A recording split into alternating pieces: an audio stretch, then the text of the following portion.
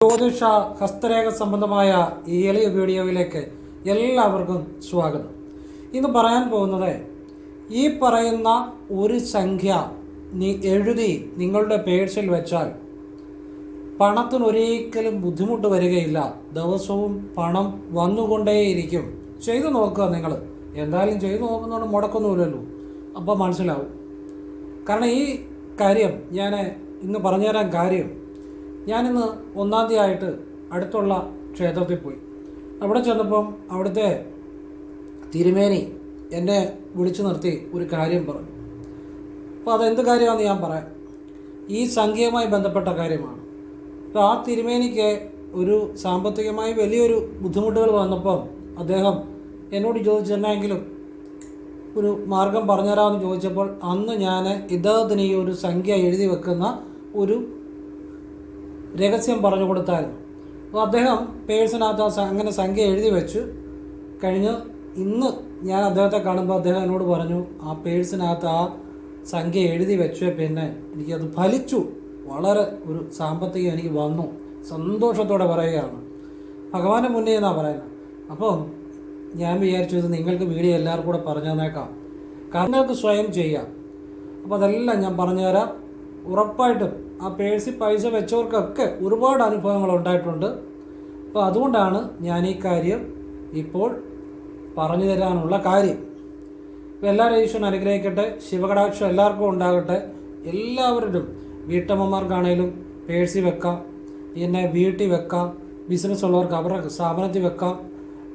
ആർക്കും ഇത് ഉപകാരപ്പെടുന്നതാണ്. ഏതൊരാൾക്കും A to Z എല്ലാ തരത്തിലുള്ള ആളുകൾക്കും ഉപകാരപ്പെടും. എല്ലാവരുടെയും ജീവിതത്തിലേക്ക് സമ്പത്ത് വരട്ടെ. എല്ലാവർക്കും വളരെ സാമ്പത്തികം ഈശ്വരൻ നൽകട്ടെ എന്ന് പ്രാർത്ഥിച്ചുകൊണ്ട് ഞാനിത് പറഞ്ഞുതരാം. അതിനു മുമ്പ് നേരിട്ട് കൺസൾട്ടിങ് ഇല്ല, വാട്സപ്പ് വഴി മാത്രമേ ഉള്ളൂ.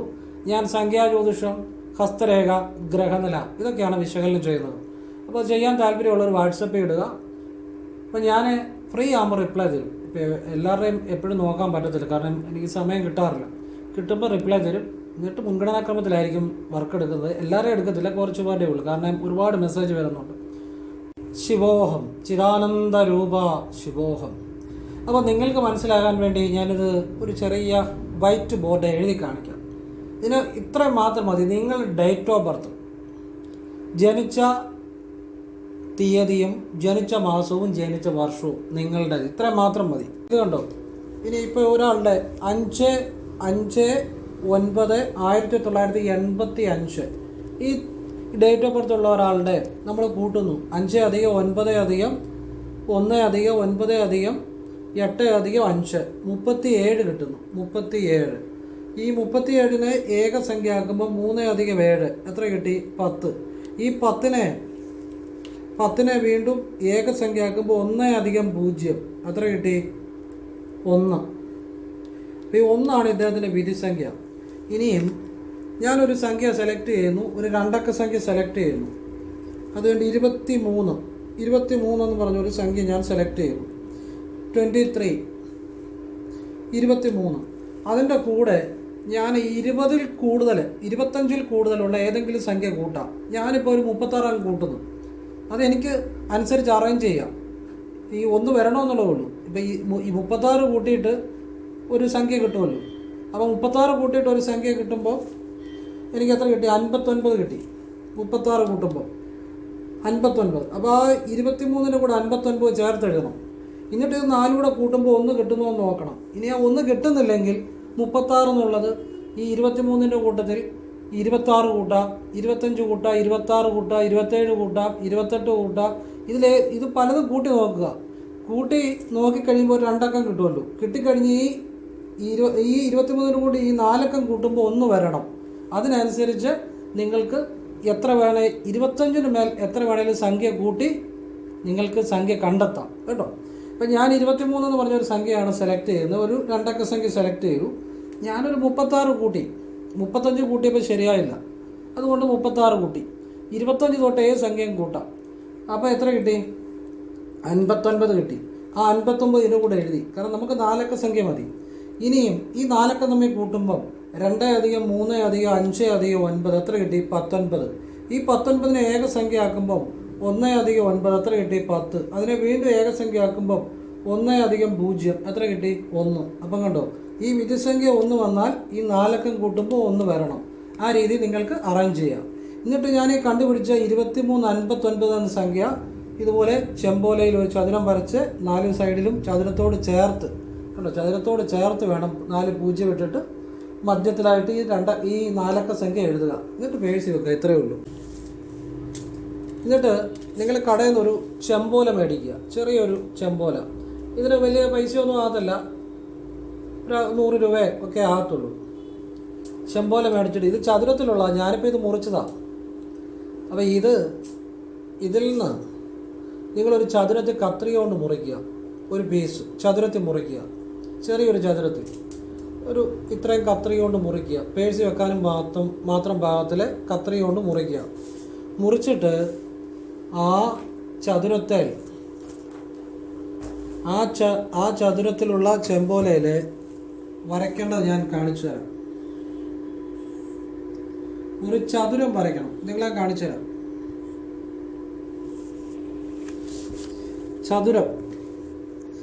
ചതുരം വരച്ചിട്ട് ആ ചതുരത്തിനുള്ളിൽ ഈ സംഖ്യ എഴുതണം. അത് ഞാനിപ്പം വരച്ച് കാണിച്ചു തരാം. ചതുരം വരയ്ക്കുക. ചതുരത്തിൻ്റെ 4 സൈഡിലും ഓരോ 0 ചതുരത്തെ ചേർത്തിടുക. എല്ലാം ഞാൻ കാണിച്ചു തരാം. എന്നിട്ട് ഇതിൻ്റെ മധ്യത്തിൽ ഈ സംഖ്യ എഴുതുന്നത് മഷി തീർന്ന പേനയുടെ റീഫില്ലുകൊണ്ട് എഴുതാം, ഒരു കുഴപ്പമില്ല.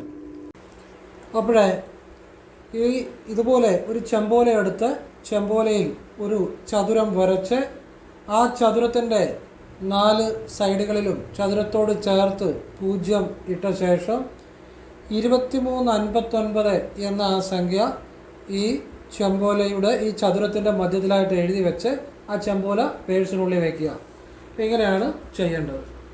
നിങ്ങൾക്ക് മനസ്സിലാകാൻ വേണ്ടി കാണിച്ചതേ ഉള്ളൂ. ഒരു ഉദാഹരണമാണ് കാണിച്ചത്. അപ്പോൾ നിങ്ങളുടെ ഡേറ്റ് ഓഫ് ബർത്ത് അനുസരിച്ച് ഇങ്ങനെ നിങ്ങൾ കണ്ടെത്തിക്കൊള്ളണം. നിങ്ങളുടെ ഭാഗ്യസംഖ്യ ഇതുപോലെ പേഴ്സി എഴുതി വെക്കണം. ഇതിനകത്ത് വെക്കുക. വെച്ച ആളുടെ അനുഭവം ഞാൻ പറഞ്ഞ ഒരുപാട് അനുഭവങ്ങൾ ഉണ്ടായിട്ടുണ്ട്. പൈസ വരും, പൈസ ഒരുപാട്. ഞാനിത് നേരത്തെ ഒരു വീഡിയോയിൽ ഇതിനെക്കുറിച്ച് ഞാൻ പ്രതിപാദിച്ചിരുന്നു. അപ്പോൾ ഇത് ഒരുപാട് ആളുകൾക്ക് പ്രയോജനം കിട്ടിയത് കൊണ്ട് ഞാൻ ഇന്നൊരു അനുഭവം പറഞ്ഞല്ലോ, ഒന്നുകൂടി അത് കാണിച്ചു തരാമെന്ന് വിചാരിച്ചു. കാരണം അത് ആളുകൾക്ക്, പല ആളുകളുടെയും നേരത്തെ വാട്സപ്പിൽ മെസ്സേജ് വന്നിട്ടുണ്ടായിരുന്നു, അവർക്ക് പൈസ വരുന്നുണ്ട് എന്ന് ഒക്കെ. അതിപ്പോൾ ഒരുപാട് ആളുകൾക്ക് ഗുണം കിട്ടിയിട്ടുള്ള ഒരു കാര്യം വീണ്ടും എല്ലാവരും ഇങ്ങനെ പറയുന്നുണ്ട്. അതൊന്നുകൂടി എല്ലാവർക്കും കൂടെ പറഞ്ഞു തരുന്നേക്കാമെന്ന് വിചാരിച്ചു. അപ്പോൾ ഇങ്ങനെ നിങ്ങൾക്ക് പേഴ്സി വെക്കാം. അതോടൊപ്പം നിങ്ങളുടെ വീട്ടിൽ ഏതെങ്കിലും ഒരു ഗ്രന്ഥം ഉണ്ടെങ്കിൽ, ഒരു ഗ്രന്ഥം, ഏത് ഗ്രന്ഥം ആയിക്കോട്ടെ, ആ ഗ്രന്ഥം നിങ്ങൾ അത് ഉപയോഗിക്കരുത്. ആ ഗ്രന്ഥത്തിനകത്ത് ചെമ്പോല എഴുതി വെക്കുക. അത് ഗ്രഹനാഥൻ്റെയോ ഗ്രഹനാഥയുടെയോ ആരുടെയെങ്കിലും ഒരാളുടെ ഡേറ്റ് ഓഫ് ബർത്ത് അനുസരിച്ച്. പക്ഷെ ആ ഗ്രന്ഥം പിന്നെ തുറന്ന് നോക്കരുത്. ആ ഗ്രന്ഥം തൊട്ട് പ്രാർത്ഥിച്ചോണം. നിങ്ങൾക്ക് ഇഷ്ടമുള്ള ഈശ്വരനെ പ്രാർത്ഥിക്കാം, പക്ഷെ തുറന്ന് നോക്കരുത്. അങ്ങനെ ഒരു നോക്കാത്ത, അല്ലെങ്കിൽ പുതിയൊരു ഒരു എന്ത് പുണ്യഗ്രന്ഥങ്ങളായിക്കോട്ടെ, ഇപ്പോൾ രാമായണമോ മഹാഭാഗവതോ അല്ലെ എന്തും ആയിക്കോട്ടെ, ഒരു ഗ്രന്ഥം അല്ലെ ഏത് ഗ്രന്ഥമാണെങ്കിലും മതി, അതിൻ്റെ അകത്ത് ഈ ചെമ്പോല എഴുതി വെക്കുക. ഗ്രഹനാഥൻ്റെയോ ഗ്രഹനാഥയുടെയോ ആരുടെയെങ്കിലും ഒരാളുടെ ഡേറ്റ് ഓഫ് ബർത്ത് അനുസരിച്ച് എഴുതി വെച്ചാൽ മതി. എന്നിട്ട് ആ ഗ്രന്ഥത്തെ തുറന്നു നോക്കരുത്. അല്ലാതെ തന്നെ ഇപ്പോൾ ഒരു ഗ്രന്ഥമാണെന്ന് വിചാരിക്കാം, ഈ ഗ്രന്ഥം തുറന്നു നോക്കാതെ തന്നെ ഇതിൻ്റെ അകത്ത് ചെമ്പോല എഴുതി വെക്കുക. ചെമ്പോല ഇതിൻ്റെ അകത്ത് എഴുതി വെച്ചിട്ട് ഇത് തുറന്നു നോക്കരുത്, തൊട്ട് പ്രാർത്ഥിക്കണം. അത് നിങ്ങൾക്ക് ഇഷ്ടമുള്ള കൃഷ്ണനെയോ മഹാലക്ഷ്മിയോ ശിവനെയോ ആരെ വേണമെങ്കിലും പ്രാർത്ഥിക്കാം. അങ്ങനെ ചെയ്യാം വീട്ടിൽ. പിന്നെ പേഴ്സിനകത്ത് വെക്കാം. പിന്നെ കടയുണ്ടെങ്കിൽ കടയിൽ ക്യാഷ് ഡ്രോയിൽ ഇത് വെക്കാം. എങ്ങനെ ഈ രീതിയിലെല്ലാം ചെയ്യാം. പേഴ്സി വെച്ച ആളുടെ അനുഭവമാണ് ഇപ്പം പറഞ്ഞത്. അപ്പോൾ ഇത് നിങ്ങൾ പ്രയോജനപ്പെടുത്തുക. നിങ്ങൾക്ക് ഉപകാരം കിട്ടാൻ വേണ്ടിയാണ് എനിക്ക് സമയമില്ലാഞ്ഞിട്ട് കൂടി ഞാൻ ഇത്രയും വിശദീകരിച്ച് പറഞ്ഞിരുന്നത്. കാരണം അത് ചെയ്യുന്ന ആളുകൾക്ക് ഇപ്പം നമുക്കൊരു സന്തോഷമാണ്, അവർക്ക് പൈസ വന്നു എന്ന് കേൾക്കുന്നത്. ഇപ്പം തന്നെ തിരുമേനി ഞെട്ടിപ്പോയിരിക്കുക. അപ്പോൾ തിരുമേനി ശരിക്കും പറഞ്ഞാൽ ഞാൻ ഈ വിദ്യ പറഞ്ഞു കൊടുക്കുമ്പോൾ തിരുമേനിക്ക് അത്ര വിശ്വാസമൊന്നുമില്ലായിരുന്നു. അപ്പം ഞാനും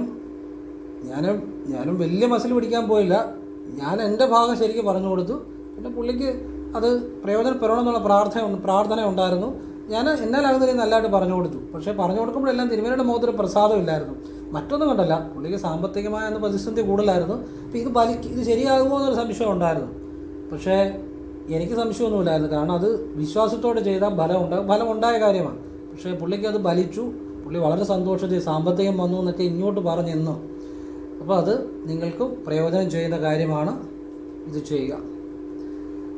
അപ്പോഴേ അത് കഴിഞ്ഞ് തിരുമേനി എന്നോട് ഈ നടക്ക് നേരെ എന്ന് ചോദിച്ചു, ഇനി ഇതുപോലെ വല്ല വിദ്യകളും ഉണ്ടോ ഇന്ന് രാവിലെ ചോദിക്കുകയാണ്. അപ്പോൾ ഞാൻ ഒരു കാര്യം കൂടെ പറഞ്ഞു കൊടുത്തു. ഇപ്പോൾ ഇത് തന്നെ മതി, സാമ്പത്തികം നല്ലതായിട്ട് വരും. അപ്പോൾ അവിടുത്തെ ആ ചെമ്പോല അവിടെ ഇരുന്നോട്ടെ, അത് നിങ്ങൾ പിന്നെ എടുക്കേണ്ട കാര്യമില്ല കേട്ടോ. അത് അവിടെ ഇരുന്നോട്ടെ, പേഴ്സിൽ ഇരുന്നോട്ടെ. പിന്നെ കീറി വല്ലതും പോയാൽ വീണ്ടും ചെയ്യാമെന്നുള്ളേ ഉള്ളൂ. ഇത് ആർക്ക് വേണേലും നിങ്ങൾക്ക് മനസ്സിലായെങ്കിൽ നിങ്ങളുടെ വീട്ടിലെ മറ്റുള്ളവരുടെ പേഴ്സിലും വയ്ക്കാം, അവർക്കും ചെയ്തു കൊടുക്കാം. ഒരു ചെമ്പോല മേടിച്ചാൽ ഇഷ്ടം പോലെ വെച്ച് കൊടുക്കാം കേട്ടോ. അപ്പോൾ വിശ്വാസത്തോടെ ചെയ്തവർക്കൊക്കെ സാമ്പത്തികം വന്നിട്ടുണ്ട്. ഈ രഹസ്യ സംഖ്യ എന്ന് പറഞ്ഞാൽ അത് നിങ്ങൾ തന്നെയാണ്. കാരണം നിങ്ങളുടെ വിദ്യുത് സംഖ്യ അനുസരിച്ചാണ് ഈ 4 അക്കം ക്രമീകരിക്കുന്നത്. അപ്പോൾ നിങ്ങളെ തന്നെ ഇത് ഡീകോഡ് ചെയ്തിരിക്കുന്നത്. കാരണം ഇത് നിങ്ങൾ തന്നെ നിർമ്മിക്കുകയാണ്. നിങ്ങളുടെ വിദ്യുത് സംഖ്യയ്ക്ക് അനുസരിച്ച് നിങ്ങളുടെ വിദ്യുത് സംഖ്യയ്ക്ക് ഡേറ്റ് ഓഫ് ബർത്ത് അതൊരിക്കലും മാറത്തില്ല. ആ ഡേറ്റ് ഓഫ് ബർത്ത് അത് നിങ്ങൾ തന്നെയാണ്. നിങ്ങളുടെ ഡേറ്റ് ഓഫ് ബർത്തിനനുസരിച്ച് നിങ്ങളുടെ വിദ്യുത് സംഖ്യ കണ്ടെത്തി ആ വിദ്യുത് സംഖ്യയ്ക്ക് അനുസരിച്ച് 4 അക്കം നിങ്ങൾ ക്രമീകരിക്കുകയാണ്. അതിൽ നിങ്ങളുണ്ട്. നിങ്ങൾ തന്നെയാണ് അത് ഡീകോഡ് ചെയ്തിരിക്കുന്നത്. നിങ്ങളെ തന്നെയാണ് അതിൽ ഡീകോഡ് ചെയ്തിരിക്കുന്നത്. നിങ്ങൾ തന്നെയാണ് ആ സംഖ്യ, രഹസ്യ സംഖ്യ. മനസ്സിലാകുന്നുണ്ടോ? ഇതാണ് അതിൻ്റെ രഹസ്യം. ഇതാരും പറഞ്ഞുതരാൻ പറ്റുന്ന കാര്യമല്ല. കാരണം ഇത് ഞാൻ പറഞ്ഞത് ശരിയായിട്ട് ചെയ്തവർക്കൊക്കെ അതിൻ്റെ ഗുണങ്ങളുണ്ടായിട്ടുണ്ട്. അപ്പോൾ അത് പ്രയോജനപ്പെടുത്തുക. ഇനി ഈ കഴിഞ്ഞ ദിവസം വാട്സാപ്പിൽ ആളൊരു മെസ്സേജ് ചെയ്തു. ഒരു നേഴ്സാണ്. അവരുടെ ഒരു ഫയല് കാണാതെ പോയപ്പം വളരെ അർജൻറ്റായിട്ടുള്ള ഫയലാണ്, അത് കിട്ടിയില്ല. പിന്നെ വളരെ വിഷമിച്ചിരുന്നു. അപ്പം ഞാൻ പഴയ ഒരു വീഡിയോയിൽ ഒരു കാര്യം പറഞ്ഞായിരുന്നു, കാണാതെ പോയ കാര്യങ്ങൾ കിട്ടാൻ വേണ്ടി. അത് നിരവധി ആളുകൾക്ക് അങ്ങനെ കിട്ടിയിട്ടുണ്ട്. അപ്പോൾ ആ കാര്യം അവർ ചെയ്തു, ഫയല് കിട്ടി. എനിക്ക് ഒരുപാട് നന്ദി പറഞ്ഞുകൊണ്ട് വാട്സപ്പിൽ മെസ്സേജ് ചെയ്തിട്ടുണ്ട്. അപ്പം ഞാൻ ഇപ്പോൾ എനിക്കൊരു അനുഭവം ഉണ്ടായത്, ഞാൻ ഈ ചെമ്പോല ഇവിടെ ഏതോ ഒരു പുസ്തകത്തിൽ വെച്ചിരിക്കുകയാണെന്ന് എനിക്കറിയാം. കാരണം എവിടെയാണെന്ന് എനിക്കറിയത്തില്ല. ഒരു പുസ്തകത്തിൽ വെച്ചിരിക്കുക. ഇത്രയും പുസ്തകങ്ങൾ ഇരിക്കുന്നതിൽ തപ്പിയെടുത്ത് ഈ ചെമ്പോല കണ്ടുപിടിച്ച് നിങ്ങളെ കാണിച്ചു തരാൻ പറ്റത്തില്ല. അങ്ങനെയാണെങ്കിൽ വീഡിയോ ചെയ്യാനും പറ്റത്തില്ല. അപ്പോൾ ഒരു 10 മിനിറ്റിനുള്ളിൽ എനിക്ക് ചെമ്പോല കിട്ടണം. ഇത്രയും പുസ്തകങ്ങൾ ഇരിപ്പുണ്ട്. അപ്പം ഞാൻ ഈ വിദ്യ പ്രയോഗിച്ചു. ആ വിദ്യ എനിക്ക് പറഞ്ഞുതരാം. ആ വിദ്യ പ്രയോഗിച്ചപ്പം 5 മിനിറ്റിനുള്ളിൽ അതിൻ്റെ അകത്തുനിന്നൊരു പുസ്തകം കറക്റ്റായിട്ട് എൻ്റെ മനസ്സിൽ തോന്നി. ഞാനതെടുത്തു. അതിൻ്റെ അകത്ത് ചെമ്പോല ഉണ്ടായിരുന്നു. അതിപ്പോൾ നിങ്ങളെ കാണിക്കാൻ വേണ്ടി എടുത്തതാണ്. അപ്പോൾ ആ ഒരു വിദ്യ ഞാൻ പറഞ്ഞുതരാം. ഇത് തന്നെയാണ് ആ നേഴ്സും ചെയ്തത്. ഇത് ഞാൻ നേരത്തെ പഴയ വീഡിയോയിൽ പറഞ്ഞിരിക്കുന്നതാണ്. നിങ്ങൾക്കൊക്കെ എപ്പോഴും എന്ത് സാധനം കാണാതെ പോയാലും ഇത് ഉപകാരപ്പെടും. അതായത് നമ്മളുടെ ഒരു സാധനം കാണാതെ പോയി. ഇപ്പം വിചാരിച്ചു നിങ്ങൾക്കൊരു മനസ്സിലാകാൻ വേണ്ടി പറയും. ഇപ്പോൾ എൻ്റെ ഈ ചെമ്പോല കാണാതെ പോയെന്ന് വിചാരിച്ചു. ചെമ്പോല കാണാതെ പോയി, എവിടെയാണെന്ന് അറിയത്തില്ല, എവിടെയോ ഇരിപ്പുണ്ട്. അപ്പോൾ എന്നാ എടുക്കണം? ഈ ചെമ്പോല എൻ്റെ മനസ്സിൽ ഞാൻ നന്നായിട്ട് ചിന്തിക്കുക. ഇപ്പം ഞാൻ ചെമ്പോല എന്ന് പറഞ്ഞാൽ നിങ്ങളുടെ ഒരു ഫയലായിക്കോട്ടെ, അല്ലെങ്കിൽ നിങ്ങളുടെ പണമായിക്കോട്ടെ, നിങ്ങളുടെ സ്വർണ്ണമായിക്കോട്ടെ, അത് ഏത് വേണമെങ്കിലും അങ്ങനെ ചിന്തിക്കുക. ഞാനൊരു ഉദാഹരണത്തിന് കാണിക്കുന്നതാണ്. കാണാതെ പോയ വസ്തു എന്തായാലും അത് മനസ്സിൽ നിങ്ങൾ നന്നായിട്ടൊന്ന് മനസ്സിൽ കാണുക. നന്നായിട്ട് കാണണം. ആ വസ്തുവിനെ നന്നായിട്ട് മനസ്സിൽ കാണുക. ഇപ്പോൾ എൻ്റെ കയ്യിൽ ചെമ്പോല പോയ ചെമ്പോലയുടെ അകവും പുറവും നല്ല വ്യക്തമായിട്ട് എൻ്റെ മനസ്സിൽ ഞാൻ കാണണം. അപ്പോൾ നിങ്ങളുടെ കയ്യിൽ നിന്ന് എന്ത് ഫയൽ കാണാതെ പോയാലും ആ ഫയൽ മനസ്സിൽ നല്ല വ്യക്തമായിട്ട് മനസ്സിലൊന്ന് കാണുക. മനസ്സിൽ കണ്ട ശേഷം അത് കണ്ണൊന്നും അടച്ചു പിടിക്കേണ്ട, അല്ലാതെ തന്നെ മനസ്സിൽ കണ്ട ശേഷം നിങ്ങൾ മനസ്സിനോട് ഇങ്ങനെ ചോദിക്കണം: ഞാൻ ഈ തപ്പുന്ന സമയവും ഈ വസ്തു അല്ലെ ഈ ഫയല് അല്ലെ എന്തും ആയിക്കോട്ടെ, ഈ വസ്തു ഇപ്പോൾ എവിടെയെങ്കിലും ഇരിക്കുന്നുണ്ടായിരിക്കുമല്ലോ. അത് ഉറപ്പാണ്. അങ്ങനെ തന്നെ ഞാനീ പറയുന്ന പോലെ തന്നെ മനസ്സിൽ ചിന്തിക്കണം. ഞാനീ തപ്പുന്ന വസ്തു ഈ വസ്തു മനസ്സിൽ കാണണം. ആ വസ്തു എവിടെയെങ്കിലും ഞാനീ തപ്പുന്ന സമയം ഉറപ്പായിട്ട് ഇരിപ്പുണ്ടായിരിക്കുമല്ലോ. അതെവിടാന്ന് മനസ്സിനോട് ചോദിക്കണം. ചോദിച്ചു കഴിഞ്ഞ് പിന്നെ അതിനെക്കുറിച്ച് ചിന്തിക്കരുത്. ഒരു അധികം താമസിയാതെ തന്നെ നിങ്ങളുടെ കൈകൾ അറിയാതെ ആ വസ്തു നിങ്ങളുടെ ആ ഒരു സറൗണ്ടിങ്സിൽ അല്ലെങ്കിൽ നിങ്ങൾക്ക് കൈ എത്തുന്നിടത്ത്, നിങ്ങളുടെ മനസ്സെത്തുന്നിടത്ത് ഉണ്ടെങ്കിൽ നിങ്ങൾ ഓട്ടോമാറ്റിക്കായിട്ട് അതിലോട്ട് ചെന്ന് നിങ്ങളുടെ കൈ എത്തും. ഇത് മനസ്സിനോട് പറഞ്ഞു കഴിഞ്ഞ് പിന്നെ അതിനെക്കുറിച്ച് ചിന്തിക്കേണ്ട, വെറുതെ ഇരിക്കുക. കുറച്ച് കഴിയുമ്പം നിങ്ങൾ എന്തെങ്കിലും എവിടെയെങ്കിലും തപ്പിപ്പോയി എന്തെങ്കിലും നോക്കുമ്പോൾ ഓട്ടോമാറ്റിക്കായിട്ട് ഈ സാധനത്തിലേക്ക് നിങ്ങൾ വരും. ഇതൊരു രഹസ്യവിദ്യയാണ് കേട്ടോ. ഇത് ഞാൻ ഒരുപാട് കാര്യത്തിന് പ്രയോജനപ്പെടുത്തിയിട്ടുണ്ട്, ഒരുപാട് ആളുകൾക്ക് പറഞ്ഞു കൊടുത്തിട്ടുണ്ട്. ഇപ്പം കഴിഞ്ഞ ദിവസം ആ നേഴ്സിന് ഒരു ഫയൽ കിട്ടി. കാണാതെ പോകുമ്പോഴേ അതിൻ്റെ വിഷമം അറിയത്തുള്ളൂ. അപ്പോൾ ഈ വിദ്യ നിങ്ങൾക്ക് എപ്പോഴെങ്കിലും ഉപകരിക്കും. ഇത് മറ്റുള്ളവർക്കും പറഞ്ഞു കൊടുക്കാം. ഞാനീ പറഞ്ഞ കറക്റ്റ് രീതിയിൽ മനസ്സിലാക്കി ചെയ്ത ആ സാധനം നിങ്ങളുടെ മനസ്സെത്തുന്നിടത്ത്, കണ്ണെത്തുന്നിടത്ത് നിങ്ങളുടെ പരിധിയിൽ അത് ഉണ്ടെങ്കിൽ തീർച്ചയായിട്ടും അതിലേക്ക് നിങ്ങൾ ചെന്നെത്തിയിരിക്കും. വിശ്വാസത്തോടെ ചെയ്യണം കേട്ടോ. ഞാൻ പറഞ്ഞ മെത്തേഡിൽ തന്നെ ചെയ്യണം. എല്ലാവർക്കും പ്രയോജനം ലഭിക്കട്ടെ. ഇനി ഒരു കാര്യം കൂടെ പറയുകയാണ്. ഈ നമുക്ക് പ്രാർത്ഥനകളും മന്ത്രങ്ങളും ചൊല്ലിയാലും ഈശ്വരനെ വിളിച്ചാലും ഫലം ചിലപ്പോഴും കിട്ടാത്തതിൻ്റെ കാര്യം മനസ്സിലൊരു നഷ്ടബോധം ഉണ്ടെങ്കിൽ ആ ഈശ്വരീയമായ എനർജിയുമായിട്ട് കണക്റ്റ് ആകത്തില്ല. നഷ്ടബോധം, നമുക്ക് എന്തെങ്കിലും നഷ്ടപ്പെട്ടു, ആ ഒരു ചിന്തയാണ് മനസ്സിൽ കൂടുതലെങ്കിൽ നമുക്ക് ആ ഈശ്വരീയമായ ചൈതന്യമായിട്ട് കണക്റ്റ് ആകാൻ ബുദ്ധിമുട്ടാണ്. അപ്പം നമ്മൾ എന്ത് ചെയ്യണം? നമ്മുടെ എല്ലാ ജീവിതത്തിൽ ഒരുപാട് നഷ്ടങ്ങൾ ഉണ്ടായിട്ടുള്ളവരാണ്. എന്തെങ്കിലുമൊക്കെ നഷ്ടങ്ങൾ ഉണ്ടായിട്ടുണ്ട്, ചെറുപ്പത്തിലായിക്കോട്ടെ ഇപ്പോഴായിക്കോട്ടെ. അതങ്ങ് മനഃപൂർവ്വം മറക്കണം. മറന്നിട്ട് നിങ്ങൾ പ്രാർത്ഥന ചെയ്താലും മന്ത്രം ചെയ്താലും വഴിപാട് ചെയ്താലും ഫലം കിട്ടും. ആ ഈശ്വരീയമായ ഊർജ്ജവുമായിട്ട് കണക്റ്റ് ആകും. കാരണം ഈ നഷ്ടബോധം എന്ന് പറഞ്ഞാൽ നമ്മുടെ തന്നെ നമ്മളുടെ മനസ്സിൻ്റെ തന്നെ ഒരു പോരായ്മയാണ്. അതൊരിക്കലും ഈശ്വരീയമായ ഊർജ്ജത്തിൻ്റെ ഭാഗമല്ല. ഈശ്വരീയമായ ഊർജ്ജത്തിന് അങ്ങനെ നഷ്ടബോധമൊന്നുമില്ല. അത് നമ്മളുടെ ഒരു മനസ്സിൻ്റെ ഒരു പോരായ്മയാണ്. അപ്പോൾ ആ പോരായ്മയോടുകൂടി ആ പോരായ്മയുള്ള മനസ്സോടുകൂടി പ്രാർത്ഥനകൾ ചെയ്താലും വഴിപാട് ചെയ്താലും ഒക്കെ ഫലം കിട്ടാൻ തടസ്സമുണ്ടാകും.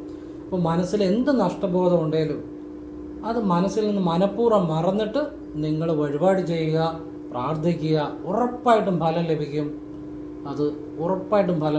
അപ്പോൾ അതുകൂടെ നിങ്ങളുടെ ജീവിതത്തിൽ പ്രയോജനപ്പെടുത്തുക.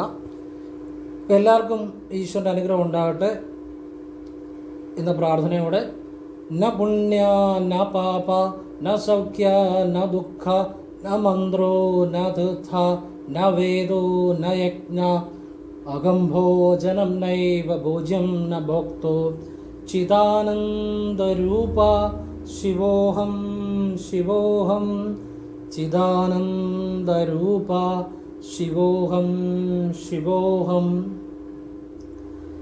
ജഗത് സർവം ശിവോഹം.